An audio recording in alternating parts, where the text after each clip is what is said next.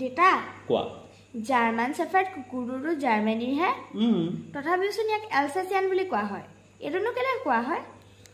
ঠিকই কৈছে তাই কথাটো কুকুৰটো হ'ল জাৰ্মানীৰ যাক কোৱা হয় জাৰ্মান শেফাৰ্ড বুলি অথচ এই কুকুৰটোক এলচেচিয়ান কুকুৰ বুলিও কোৱা হয় ইয়াৰ কাৰণ কি কাৰণ এলচেচিয়ান কুকুৰ হ'বলৈ হ'লে কুকুৰটো এলসাছ নামৰ ঠাইৰ হ'ব লাগিব আৰু এলসাছ আৰু লৰেইন দুই টুকুৰা ঠাই হ'ল ফ্ৰান্স আৰু জাৰ্মানীৰ সীমামূৰীয়া ঠাই আৰু ই ফ্ৰান্সৰ অধীন আচলতে কথাটো হ'ল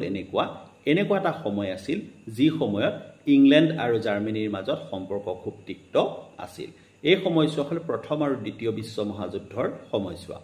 সেই সময়ত ইংলেণ্ডৰ মানুহে জাৰ্মানী নামৰ দেশখনৰ নামো মুখত লোৱা নাছিল সেইকাৰণে তেওঁলোকে জাৰ্মানীৰ এই যি বিখ্যাত প্ৰজাতিৰ কুকুৰ অৰ্থাৎ জাৰ্মান শেফাৰ্ড কুকুৰ তাক এলচেচিয়ান কুকুৰ বুলি কৈছিল কাৰণ জাৰ্মানীয়ে এটা সময়ত এলসাছ আৰু লৰেইন নামৰ এই দুই টুকুৰা ঠাই অধিকাৰ কৰিছিল তেতিয়াৰে পৰা এই কথাটো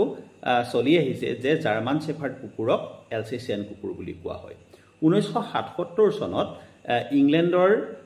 চৰকাৰে অফিচিয়েলি ঘোষণা কৰে যে এলচেচিয়ান কুকুৰ বুলি যিবিধ কুকুৰক বুজোৱা যায় সেইবিধ কুকুৰক অফিচিয়েলি তেতিয়াৰে পৰা জাৰ্মান শেফাৰ্ড কুকুৰ বুলি কোৱা হ'ব কাৰণ সেই সময়লৈ ইংলেণ্ড আৰু জাৰ্মানীৰ যি ৰাজনৈতিক সম্পৰ্ক সেই সম্পৰ্ক তিক্ত হৈ থকা নাছিল